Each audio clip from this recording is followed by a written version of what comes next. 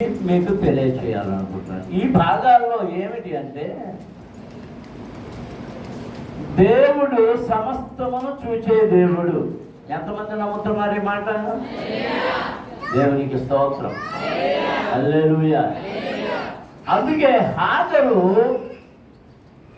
ఆయనకి ఏమని పేరు పెట్టింది? చూచుచున్న దేవుడు.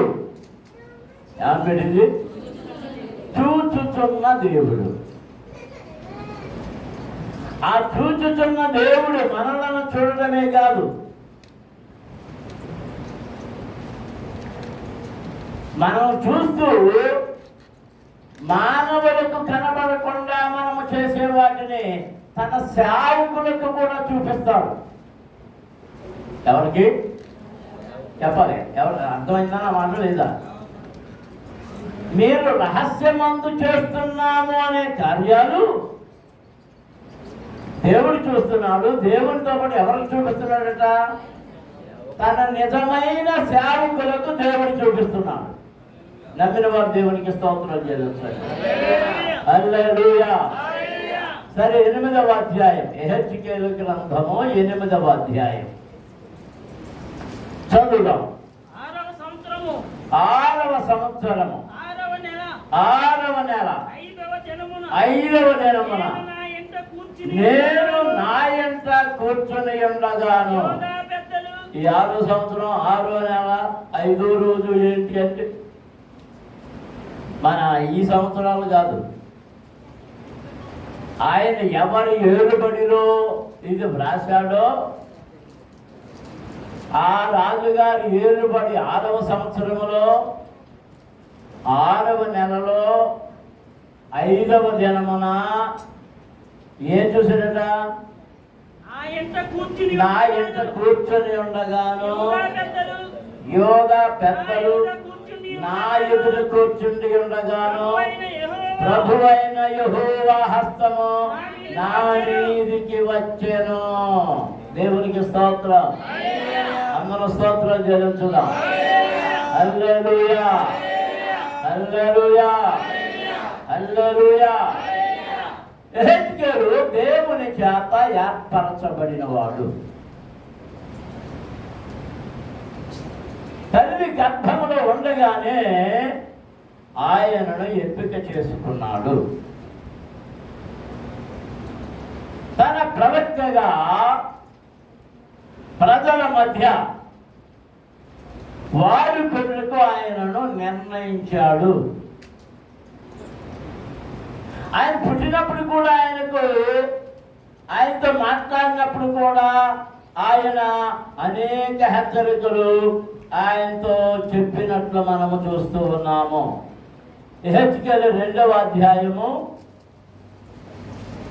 ఇంటికెళ్ళక మొత్తం 2 అధ్యాయం పదే చదవండి. 2 అధ్యాయం చదవండి. నరపుత్రుడా, నీవు చక్కగా నిలవబడుము, నేను నీతో మాట్లాడవలెను అని ఆయన నాతో మాట్లాడినప్పుడు ఆత్మ నాలోనికి వచ్చి నన్ను నిలవబెట్టెను. అప్పుడు నాతో మాట్లాడిన వాని స్వరము వింటిని. అందరూ దేవునికి స్తోత్రాలు చేస్తున్నారు. గట్టిగా దేవుని స్తుతించండి. హల్లెలూయా, హల్లెలూయా. దేవుని పిల్లలారా, లోకములో అనేకమైన ఆత్మలు బయలుదేరి వచ్చి ఉన్నవి. వాటిలో అబద్ధ ఆత్మలు అనేకమైన ఉన్నాయని అపోస్తుడైన యాకోబు చెప్తున్నాడు, పేతురు చెప్తున్నాడు, యేసయ్య కూడా అంతకుముందు చెప్పారు. నా పేరు ధరించుకొని అనేక మంది వస్తారు, నకిలీలు వస్తారు, నకిలీ సేవకులు వస్తారు, మేము ప్రవక్తలమంటారు. వారిని మీరు నమ్మవద్దు, వారిని మీరు నమ్మవద్దు. 8వ అధ్యాయంలో మనము చదివినప్పుడు యెహెజ్కేలుతో దేవుడు ఎప్పుడు మాట్లాడాడట? 6వ సంవత్సరంలో 6వ నెలలో 5వ దినమున ఏం చేస్తాడుగా మాట్లాడాడు? నేను నా ఇంటిలో కూర్చున్నాను, యోగా పెద్దలు వచ్చి నా దగ్గర కూర్చున్నారు. వాళ్ళందరితో నేను కూర్చుని మాట్లాడుతున్నప్పుడు ప్రభు అయిన యెహోవా హస్తము నా మీదికి వచ్చెను. దేవునికి స్తోత్రం. హల్లెలూయా. ఇదిగో ప్రభు యెహెజ్కేలును దర్శించినప్పుడు 2వ అధ్యాయంలో దేవుడు మాట్లాడుతున్నాడు. నరపుత్రుడా, నీవు చక్కగా నిలవబడుము, నేను నీతో మాట్లాడవలేను. నువ్వు వంకరగా నిలబడద్దు, నీ ఇష్టం వచ్చినట్టు నిలబడద్దు, నడుము మీద చేతులు పెట్టుకుని నిలబడద్దు, కాళ్ళు ఊపుకుంటా నిలబడి కాళ్ళు ఎలా అడ్డంగా పెట్టుకొని నిలబడడం కాదు, కోట కాదుకొని నిలబడడం కాదు. ఎలా ఉండాలి? చక్కగా నిలబడంటే ఎలా నిలబడాలి? బడిలో మరి ఇప్పుడు నేర్పుతున్నారు లేదు, డ్రిల్ క్లాసులు ఉండే అప్పుడు నేర్పేవారు. ఎన్సీసీ ఉండే, అది అందులో ఇంకా గట్టిగా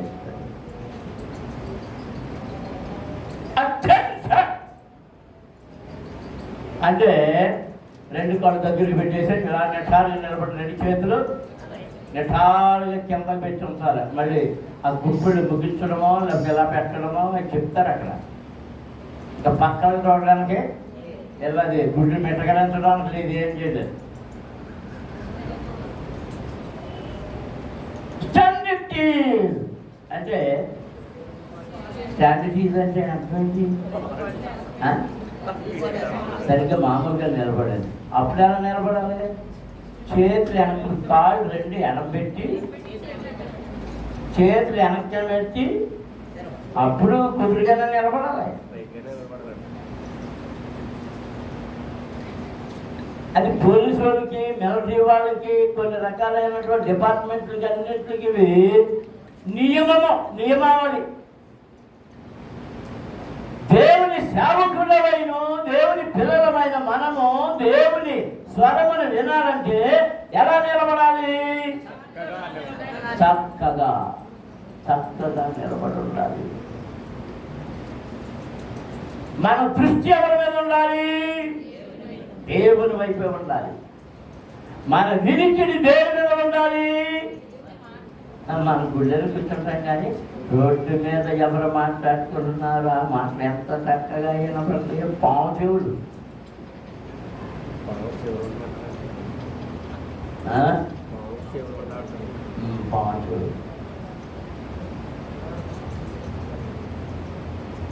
దేవుని స్వరము నిన్ను తాకాలి అంటే, దేవుడు నీతో మాట్లాడాలంటే నేను ఎలా నిలబడి ఉండాలి? స్త్రీలందరూ చెప్పండి, పురుషులు చెప్పండి, చక్కగా నిలబడాలి.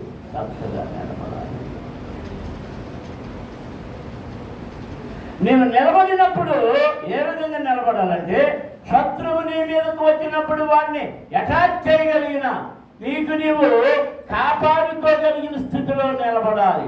చక్కగా నిలబడడం అంటే అది నీకున్న గాలుని అడ్డు పెట్టుకోగలిగిన స్థితి ఉండాలి.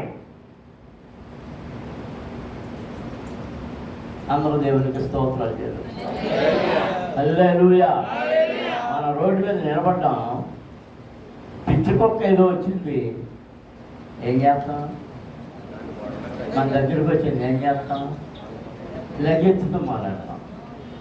లగెత్తుతో అదేం చేస్తుంది? ధైర్యవంతుడైతే ఏం చేస్తాడంటే చేతిలో ఏముందో దాంతో దాన్ని పట్టడం ప్రారంభిస్తుంది, పారిపోతుంది. సాతానుడు అలాంటి వాడు, పిచ్చి కుక్క లాంటి వాడు. వాక్యములోను, ప్రార్థనలోను, భక్తిలోను, విశ్వాసములోను నీవు స్థిరముగా నిలబడినప్పుడు నిన్ను పారిపోయేటట్టు చేయడానికి వాడు రంకెలేస్తూ, అరుస్తూ, తొందర దాచుకుంటూ, పిచ్చి పిచ్చి వేషాలు వేస్తూ నిన్ను కలవడానికి వచ్చినప్పుడు ప్రార్థనతో వానిని నీవు ఎదిరించాలి. అందరూ దేవునికి స్తోత్రం. హల్లెలూయా, హల్లెలూయా, హల్లెలూయా, హల్లెలూయా. చక్కగా నిలవబడుము, నాతో మాట్లాడినప్పుడు ఆత్మ నాలోనికి వచ్చి నన్ను నిలువబెట్టాను. దేవునికి స్తోత్రం.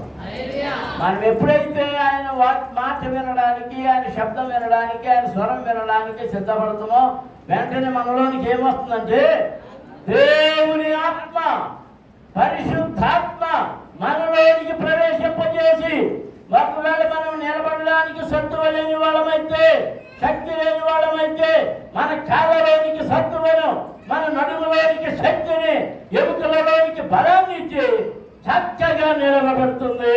దేవుని ఆత్మ మనలోనికి ప్రవేశించి మాట్లాడటం ప్రారంభిస్తూ ఉంది. స్తోత్రం. హల్లెలూయా, హల్లెలూయా, హల్లెలూయా, హల్లెలూయా, హల్లెలూయా.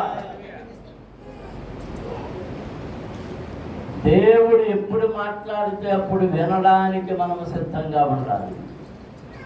మన చెవి ఆయన మీద ఉంచాలి. ఆయన నాతో ఇట్లెనెను, నరపుత్రుడా, నా మీద తిరుగుబాటు చేసిన జనుల యొద్దకు, ఇశ్రాయేలీయుల యొద్దకు నిన్ను పంపుచున్నాను. వారును వారి పితరులను నేటి వరకును నా మీద తిరుగుబాటు చేసిన వారు. నేను నిన్ను పంపేవాళ్ళు మంచోళ్ళు ఏం కాదు. వాళ్ళ బాబులు కూడా, వాళ్ళ తాతలు కూడా నా మీద ఏం చేశారు? ఎవరి మీద? దేవుని మీద తిరుగుబాటు చేసిన వారి దగ్గరికి పంపుతున్నాడంట ఈ సేవకుడిని, ఈ ప్రవక్తని. వారు సిగ్గుమాలిన వారును కఠిన హృదయులై ఉన్నారు. వారి యొద్దకు నేను నిన్ను పంపుచున్నాను. దేవునికి స్తోత్రం. అలాంటి భయంకరమైన వారి దగ్గరకు, అలాంటి సిగ్గులేని వారి దగ్గరకు, భక్తి లేని వారి దగ్గరకు, భయం లేని వారి దగ్గరకు, తిరుగుబాటు మనస్తత్వం కలిగిన వారి దగ్గరకు నేను నిన్ను పంపుచున్నాను.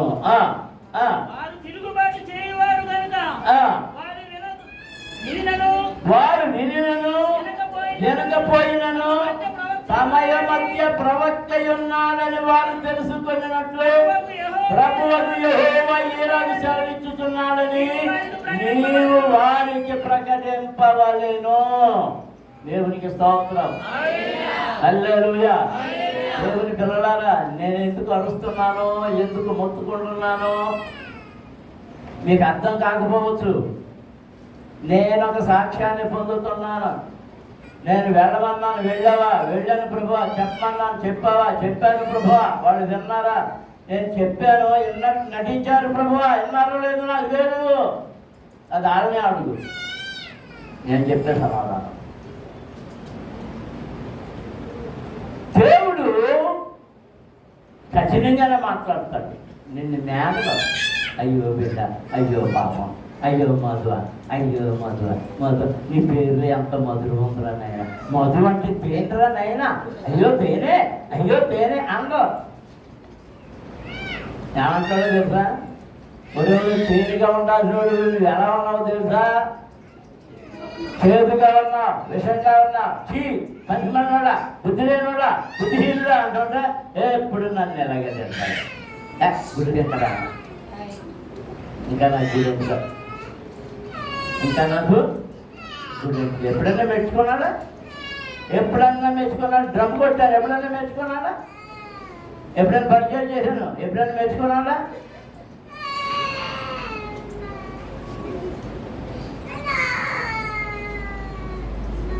దేవుని మెప్పించగలిగిన పని నువ్వు ఎంతో కష్టపడితేనే కానీ అది సాక్ష్యం కాదు. చెప్పని అంటాడట. ఆ మాట బలా నమ్మకమైన మంచి దాసుడా, లేకపోతే బలా చెడ్డ దాసుడా, రెండు మాటలు ఉంటే నమ్మకమైన మంచి దాసుడు లేదా చెడ్డ దాసుడు. అందరూ దేవునికి స్తోత్రం చేయండి. హల్లెలూయా, హల్లెలూయా. మనం ఏదో సరదాగా దేవుని సన్నిధికి వచ్చి ఆరాధనలో కూర్చొని ఓ 2 గంటలు ఎంజాయ్ చేసుకోవడానికి కాదు, గుడి ఎంత నిండింది అనేది కాదు, వచ్చిన ప్రజల్లో ఎంతమందిలో యేసయ్య ఉన్నాడు, యేసయ్య ప్రకాశం ఉంది, యేసయ్య నీతి ఉంది, యేసయ్య యథార్థత ఉంది, ఎంతమంది నమ్మకమైన వారు, ఎంతమంది యథార్థవంతులుగా ఉన్నారు అన్నదానినే ఆయన లక్ష్య పెడుతున్నాడు. నీ అంతరంగమును ఆయన లక్ష్య పెడుతున్నాడు. చదువు ఏంటంట, నీవు బ్రహ్మదన్ని చెట్లలోను మొండ్ల తుప్పలలోను తిరుగుతున్నావు.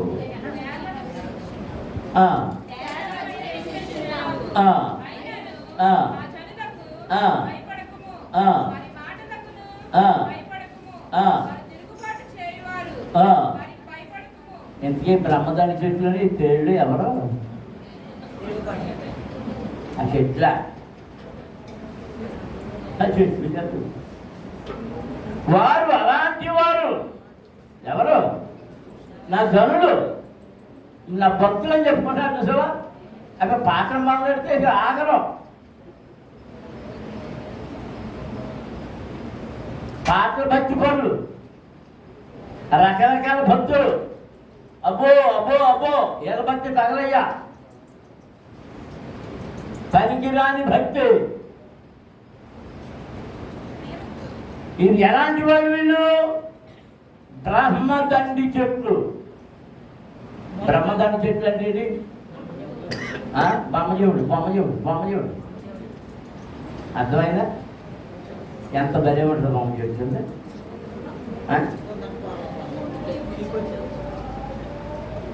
ఆ బొమ్మజీవుడు చెట్లు ఎవడన్నా అడిగేస్తుందా? మన బొమ్మ ముందే ఉండేది మా చిన్నప్పుడు. పెద్ద తప్ప దాన్ని ఎవరు తీయలేకపోయారు. మేము వచ్చాక ఇది మొదలెట్టాక ఇక్కడ ఆరాధన మొదలెట్టాక ఇక్కడ మకాం వచ్చేసాక ఇక్కడ వీళ్ళందరినీ తరిమి తరిమి తరిమి ఎవరిని నేర్పురి వేసేవాళ్ళు.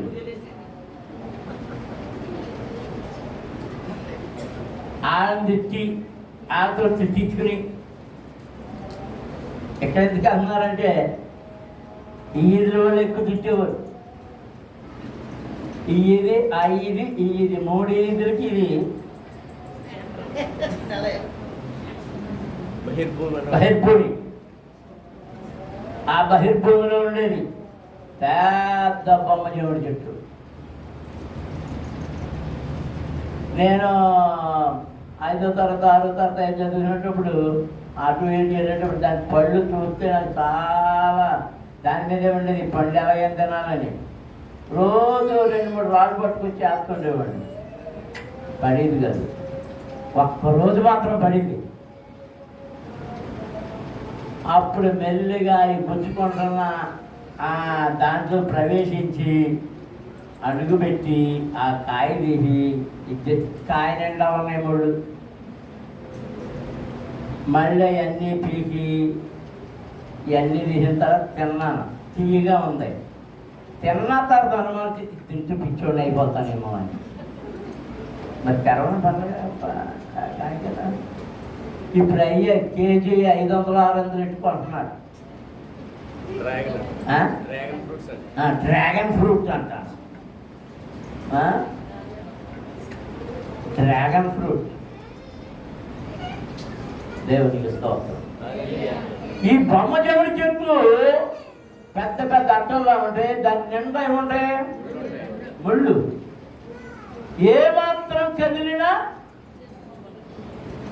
గుచ్చుతాయి. నా ప్రియురాలా, ఇది ఎలా ఉన్నా తెలుసా?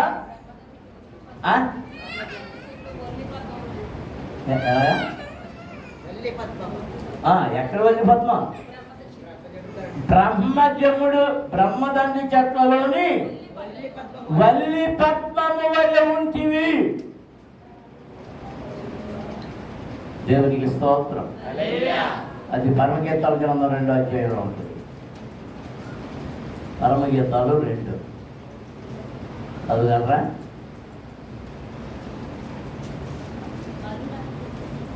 బలురక్కసి చెట్లు, బలురక్కసి చెట్లలోని వల్లి పద్మము కనబడినట్లు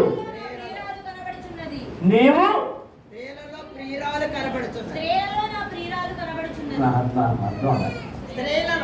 స్త్రీలలో నా చెవి కోసం ప్రార్థన చేయండి. కన్ను చెవి ఈ రెండు పని చేయట్లే. స్త్రీలలో నా ప్రియురాలు కనపడుతున్నది. దేవునికి స్తోత్రం. అంటే ముళ్ళు పంచ గుచ్చుతూ ఉంటారు, మాటలు గుచ్చుతూ ఉంటాయి, క్రియలు గుచ్చుతూ ఉంటాయి, పనులు గుచ్చుతూ ఉంటాయి. ఉపకారం పొంది అపకారం చేయడు. ఉపకారములకు స్తుతింతు,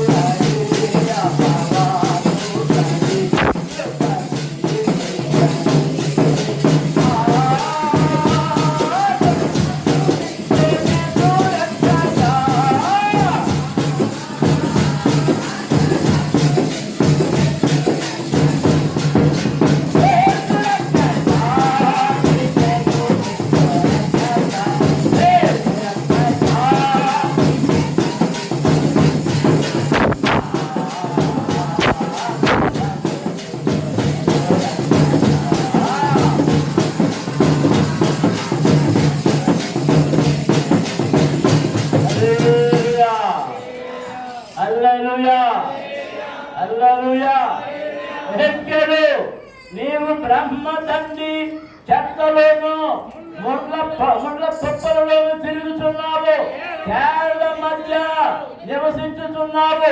అయినను ఆ జనులకు భయపడుతాము, వారి మాటలకు భయపడుతాము, వారు తిరుగువారు చేయువారు వారికి భయపడతాము.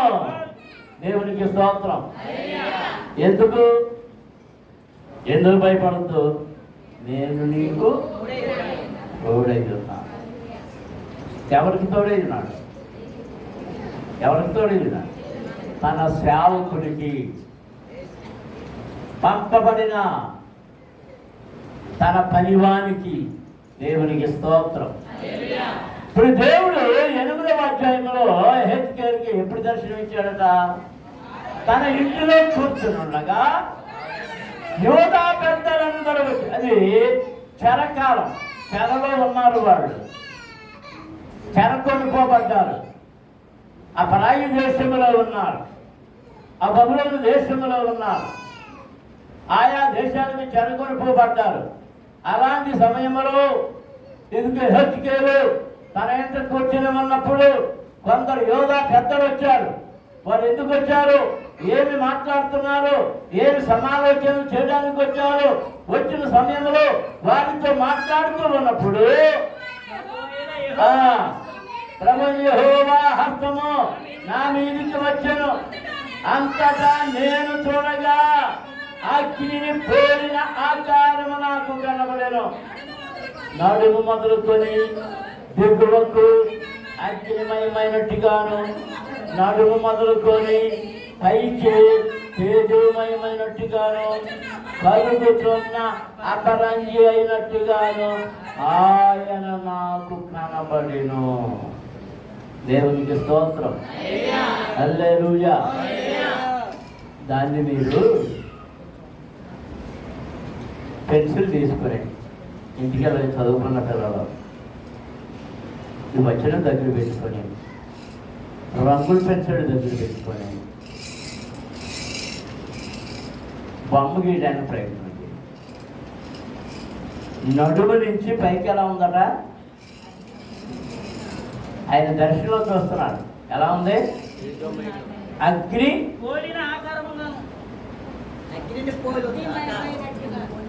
సగం చదవకో,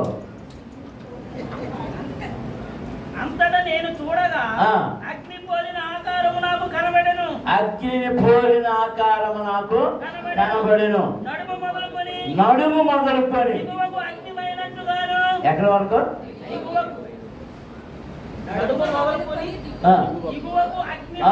నడుము నుంచి దిగువ వరకు అగ్నిమయమైనట్టుగాను. నడుము మొదలుకొని పైకి తేజోమయమైనట్టుగాను, కరుగుతున్న అపరంజి అయినట్టుగాను ఆయన నాకు కనబడేను. దేవునికి స్తోత్రం. ఏమన్నా అర్థమైంది మీకు? ముక్కు ఉందా? మొహం ఉందా? కాళ్ళు ఉన్నాయా? చేతులు ఉన్నాయా? చెవులు ఉన్నాయా? ఇదేమీ లేవు. ఆయన రూపం ఎలా ఉందట? సగం నుంచి ఇక్కడ ఉందా అగ్ని, సగం నుంచి పైన తేజోమయం. ఆ తేజోమయం కూడా ఎలా ఉందట? కరుగుచున్న అపరంజి. అపరంజి అంటే బంగారం, కరుగుతున్న బంగారం. దేవునికి స్తోత్రం. హల్లెలూయా, హల్లెలూయా. ఆయన నాకు కనబడిన మరియు చెయ్యి వంటిది ఒక్కటి ఆయన చాపి నా తల వెంట్రుకలు పట్టుకొనగా. ఇక్కడ నాకు అర్థమైంది ఏంటంటే, ఎజికేల్ గారి నెత్తి నారా బోడిగుండు కాదు, బోడిగుండ కాదు. ఏం పట్టుకున్నాడంటే ఆయన ఆ చుట్టుకుని జుట్టు పట్టుకున్న తల వెంట్రుకలు పట్టుకొనగా ఆత్మ భూమి ఆకాశముల మధ్య నన్ను ఎత్తి నేను దేవుని దర్శనములను చూచుచుండగా యెరూషలేమునకు ఉత్తర వైపునున్న ఆవరణ ద్వారము దగ్గర రోషము పుట్టించు విగ్రహ స్థానములో నన్ను దించెను. దేవునికి స్తోత్రం. మీకేమర్థమైంది ఇక్కడ? ఏమన్నా ఒక్క మొక్కని అర్థమైందో మళ్ళీ చదువుకుంటుంది సార్.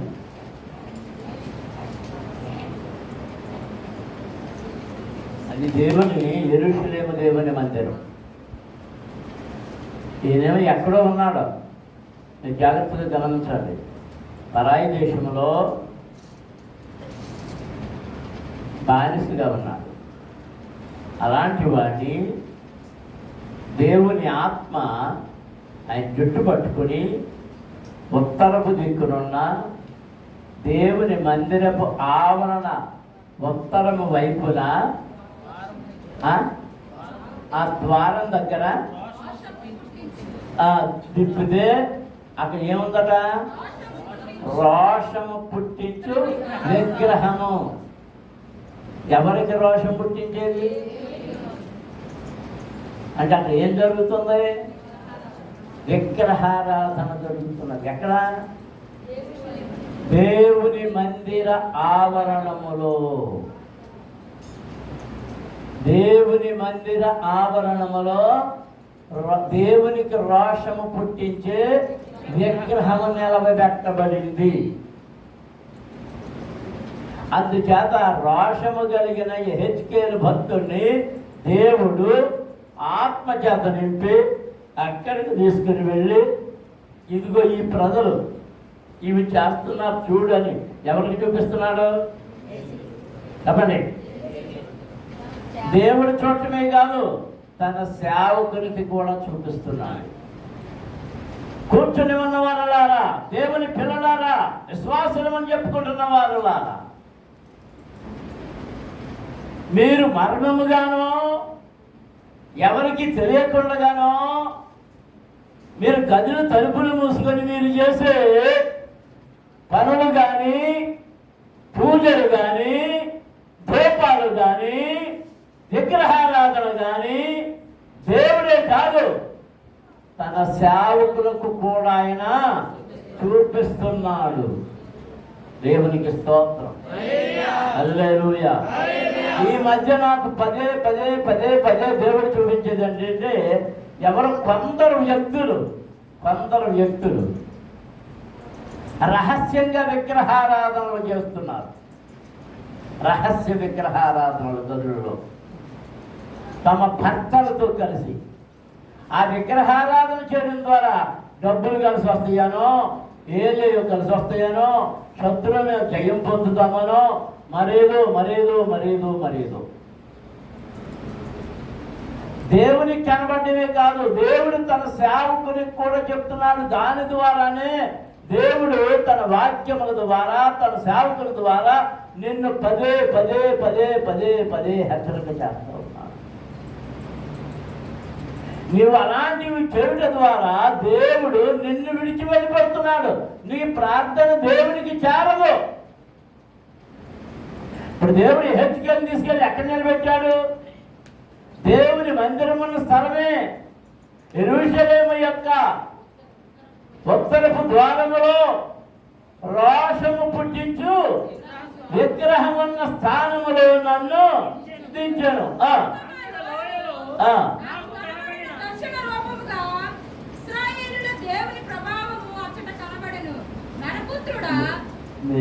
ఇద్దరు కలిసి ఏంటంటే తెలిసి నన్ను మొత్తం కన్ఫ్యూజ్ చేస్తారు.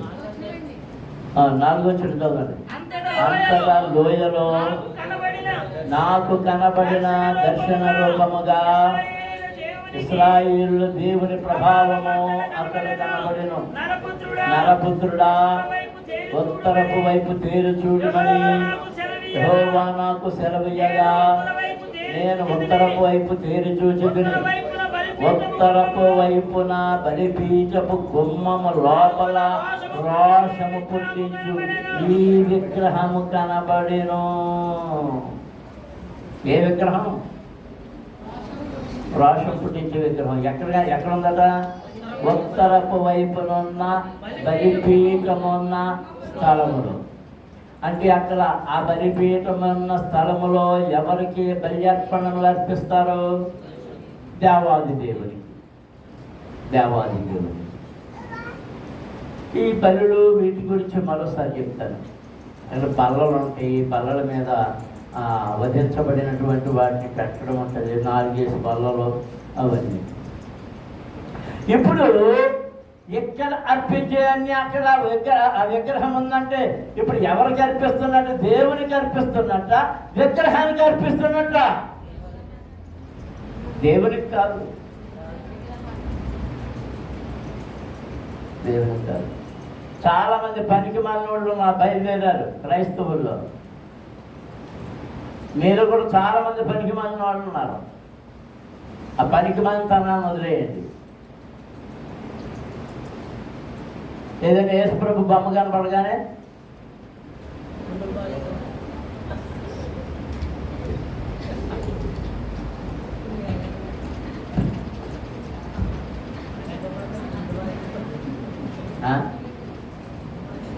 నీ లెంపలు పగిలిపోతాయి. అదేంటది? విగ్రహం. ఆ విగ్రహాన్ని నిలబెట్టి అది ఎవరి విగ్రహం అని చెప్తున్నారో? యేసుప్రభుది. దేవుని ఆ విగ్రహం చేయని చెప్పాడు. ఏమన్నాడు ఆయన? పైన ఆకాశం అందే కానీ, క్రింద భూమి అందే కానీ, భూమి క్రింద ఉండు నేల అందే కానీ ఉండు దేని రూపమునైనను విగ్రహమునైనను చేసుకొనకూడదు, వాటికి సాగిలపడకూడదు, వాటికి పూజింపకూడదు, వాటికి నమస్కరింపకూడదు. ఇన్ని విత్తులు ఇచ్చాడు. నువ్వేం చేస్తున్నావు? ఏం చేస్తున్నావు? చెప్పండి, ఏం చేస్తున్నారు?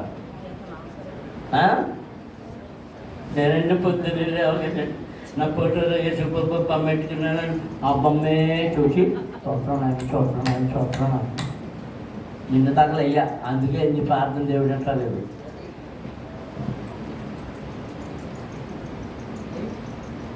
దేవుడిని ప్రార్థన వెళ్ళండి. మోకరించకపోతే మంచం మీద కూర్చో. కూర్చోలేని పరిస్థితి అయితే, ఆ నడుం జారిపోయిన పరిస్థితి, మంచం మీదే ఉండి కళ్ళు మూసుకొని ప్రభువాని ఎరుగెత్తి దేవునితో చెప్పు. దేవునికి స్తోత్రం చెప్పు. సాతానుడి జ్ఞానంతా నాశనం అని చెప్పు. నువ్వు నా దగ్గర నుంచి పారిపో అని చెప్పు. వాడితో పాటు వాడి వల్ల వచ్చిన రోగాలు అపజయాలన్నీ కూడా నిన్ను విడిచిపెట్టి పారిపోతాయి. ఆయనకు రోషం పుట్టించకు. రోషం పుట్టించకు. రోషం అంటే ఏంటి? రోషం వస్తే భయంకరమైన తీర్పు వస్తుంది. భయంకరమైన తీర్పు.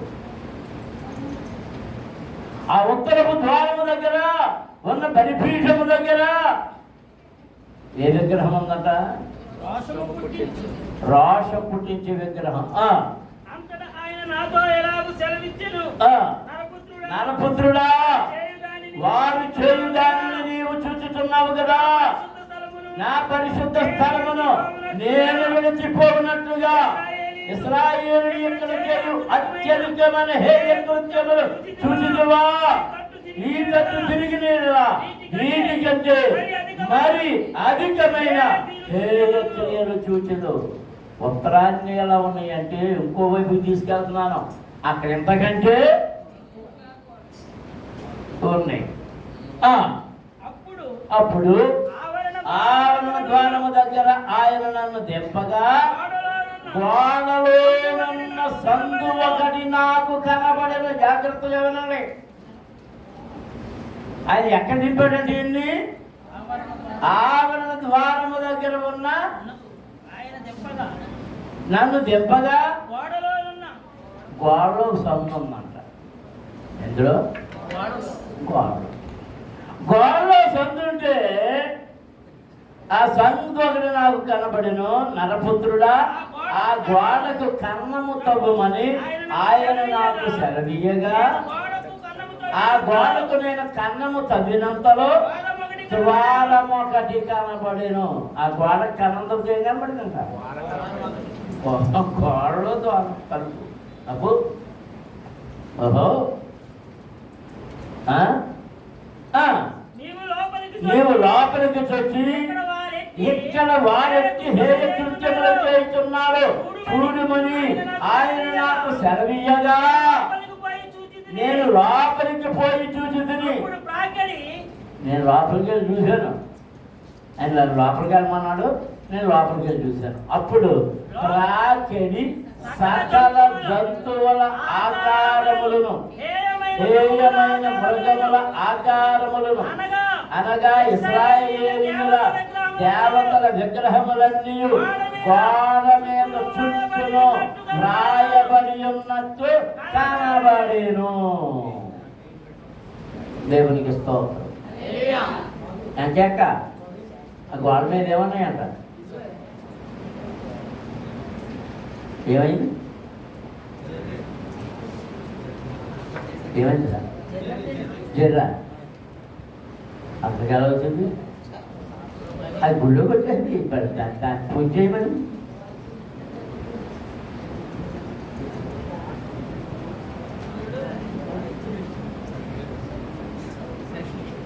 ఈయన ఉత్తరపు గుమ్మం దగ్గర తీసుకెళ్ళాడు. ఆయన బలిపీఠం దగ్గర రోషం కలిగించే విగ్రహం ఉంది. అక్కడి నుంచి తీసుకుని అక్కడికి వచ్చాడంట. దక్షిణపు వైపు ఉన్న ఆవరణ దగ్గర తీసుకొచ్చాడు. అక్కడ ఏముందంట? గోడ ఉంది. ఆ గోడ చిన్న సందు ఏర్పడింది. ఎందుకు పగిలింది అంటే పగలడం గురించి మరోసారి చెప్తాను. పగిలింది ఎంత ప్రమాదమో. ఆ పగిలిన దాంట్లోంచి కన్నబెట్టుకుని దూరేళ్ళు అన్నాడు దేవుడు. ఈయన కన్నబెట్టేటప్పటికి ఏం కనబడిందంట? ద్వారబంధం కనబడింది. ద్వారబంధం గుండా లోపలికి వెళ్తే పెద్ద మందిరం గోడలో. ఆ గోడల నుండి ఏమన్నాయి అన్నాగా? దేవతా విగ్రహములు. ఎలాంటి దేవతా విగ్రహాలు? సగం చదవద్దు. లోపలికి పోయి అప్పుడు ప్రాకెడి సకల జంతువుల ఆకారములు. బలులున్నాయి, పాములున్నాయి, పంటలున్నాయి, జర్రులున్నాయి, తేళ్ళున్నాయి, పాకే అన్నీ ఎక్కడున్నాయి? మొసళ్ళు ఉన్నాయి. గోడల మీద వ్రాయబడినట్టు బొమ్మలు వేశారు. ఏం చేశారు? ఈ వాక్యం చదివిన కానించి నాకు బయట గోడల మీద ఉన్న బొమ్మల గురించిన ఒళ్ళంతా చెరువులు పాకేస్తున్నట్టుంది. అవి ఎప్పుడు తీయించారా అని దేవునికి అలాంటివి ఏమి ఇష్టమవు నచ్చవు. దేవునికి స్తోత్రం. అనగా ఇశ్రాయేలు దేవతా విగ్రహములన్నీ గోడ మీద చుట్టూను వ్రాయబడి ఉన్నట్టు కనబడెను. మరియు చాలా జాగ్రత్తగా వినండి, చదవండి, ఇంటికి వెళ్ళక మళ్ళీ చదవండి. మరియు ఒక్కొక్కడు తన చేతిలో కోపాన్ని పట్టుకుని ఇశ్రాయేలీయుల పెద్దలు 70 మంది. ఎంతమంది పెద్దలు? 70 మంది పెద్దలు వచ్చారంట. వారి మధ్యను షాఫాను కుమారుడైన యజన్యాయు ఆ యాగారములకు ఎదురుగా నిలిచి ఉండగా చిక్కని మేఘము వలె ధూపవాసన ఎక్కుచుండెను. దూపం వేస్తున్నారు ఎట్లుకి నాగమ్మ దండం, నాగమ్మ దండం, మకరమ్మ దండం, మకరమ్మ దండం, మొహలమ్మ దండం. మరి ఏం బయట చేస్తున్నారు నాగమ్మ?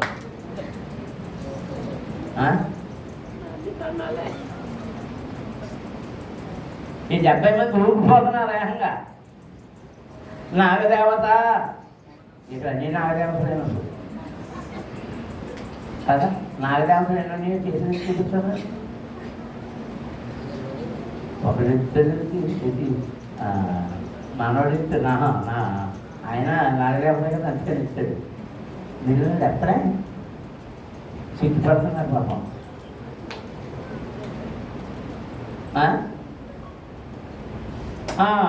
70 మంది పెద్దలు అంటే ఇశ్రాయేలు పెద్దలు. వారి మధ్యను షాఫాను కుమారుడైన యజన్యాయు ఆ యాగారములకు ఎదురుగా నిలిచి ఉండగా చిక్కని మేఘము వలె ధూపవాసన ఎక్కుతుండెను.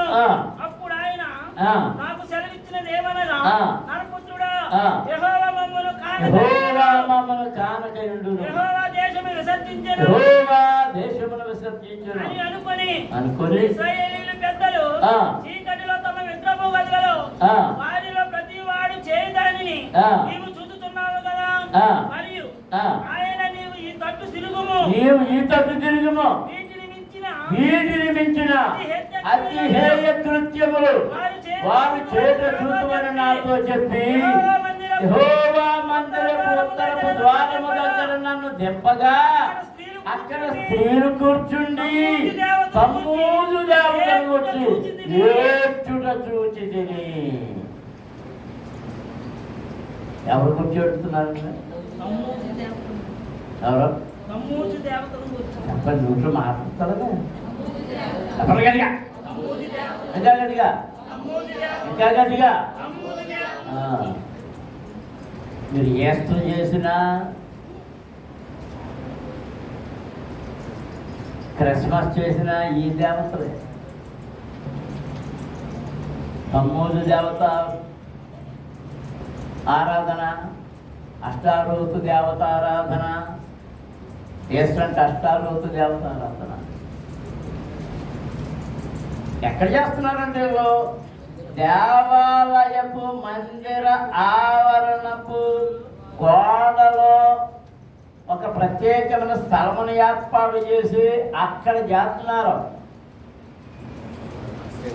చూడడానికి ఎలా ఉంటుంది? దేవుని మందిరంలోనికి వెళ్ళి ఆయన ఆరాధించి వచ్చినట్టు ఉంటుంది. కానీ ఎవరు ఆరాధన చేస్తున్నారు? నీ రహస్య పాపం ఇదే, నీ విగ్రహారాధన ఇదే. అసలు సిసలైన దేవుని విడిచి ఈ పండగల పేరు మీద ఏర్పరచబడిన ఈ దేవతలను పూజించుట ఎవరి కోసం ఏడుస్తున్నారట? స్త్రీలందరూ తమ్మూజు దేవత కొరకు ఏడుస్తున్నారు.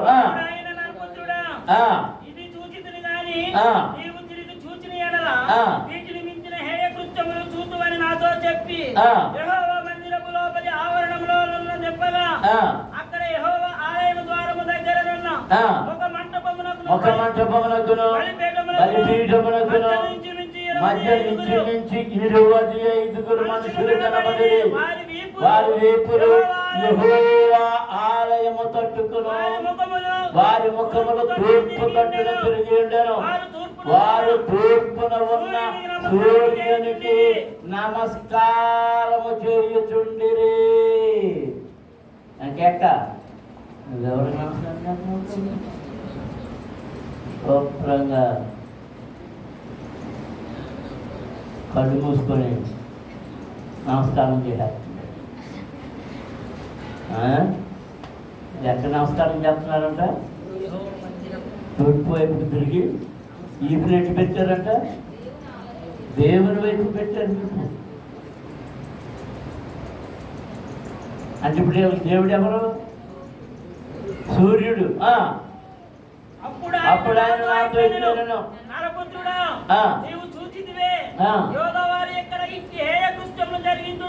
చాలదా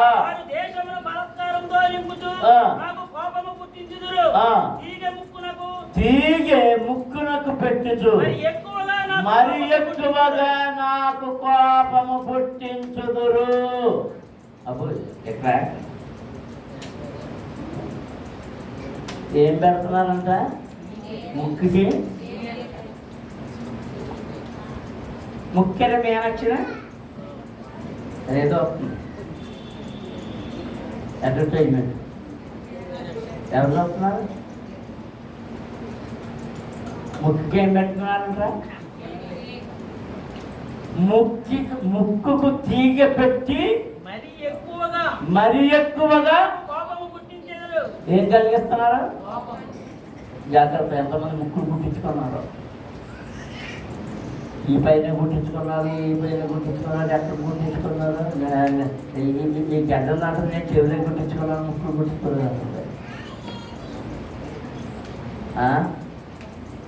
నేను నా సొంత మాటలు చెప్తాను. ఏమన్నా నాకు సార్ శ్యాంప్రసాద్ చదువుతాడు మాట చదువుకోకు. ఏం లేదా? చదివే లేదా? ఏం వంక దొరికిందిరా అన్న, భలే వంక దొరికిందా?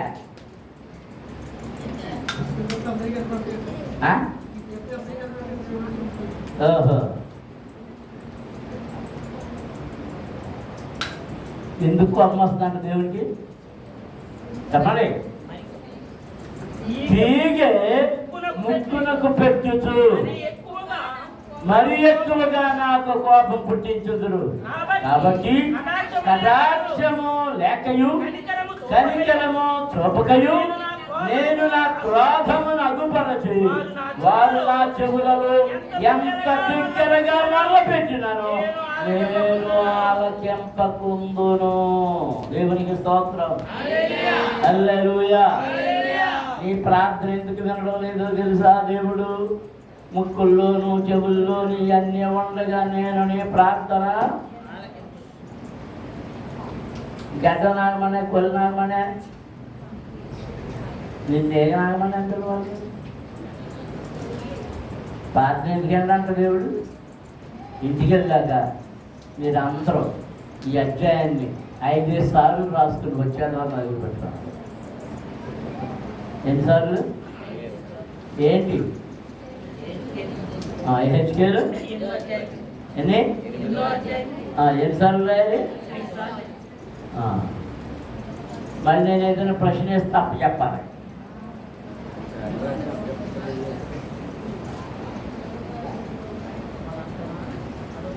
మనం వాక్యం విని ప్రయోజనం ఏంటి? చదివి ప్రయోజనం ఏంటి? ఈ చెవితో విని ఈ చెవితో విడిచిపెట్టడం కాదు. చదివిన దానిని ఎక్కడ దాచుకోవాలి? దాచుకోవడమే కదా. దాన్ని ఏం చేయాలి? నెమరు వేయాలి. వాక్యానుసారముగా జీవించాలి. వాక్యానుసారముగా మనము జీవించలేనప్పుడు మనకు ఏ దీవెన దొరకదు. దేవుని మాట వినాలి. మన రహస్య పూజ యెరూషలేము దేవాలయంలోనే రహస్య పూజలు చేస్తున్నారు. నీ ఇంటిలో నువ్వు చేస్తున్నావు. పండగలకి పబ్బాలకి విగ్రహారాధన సంబంధమైన పండుగలు వచ్చినప్పుడు వాటికి చేస్తున్నాం, నైవేద్యాలు అర్పిస్తున్నాం. దేవునికి ఇవ్వాల్సిన నైవేద్యం ఇవ్వడం లేదు, అర్పణ ఇవ్వడం లేదు, కానీ వాటన్నిటికీ అర్పణలు చెల్లిస్తున్నావు.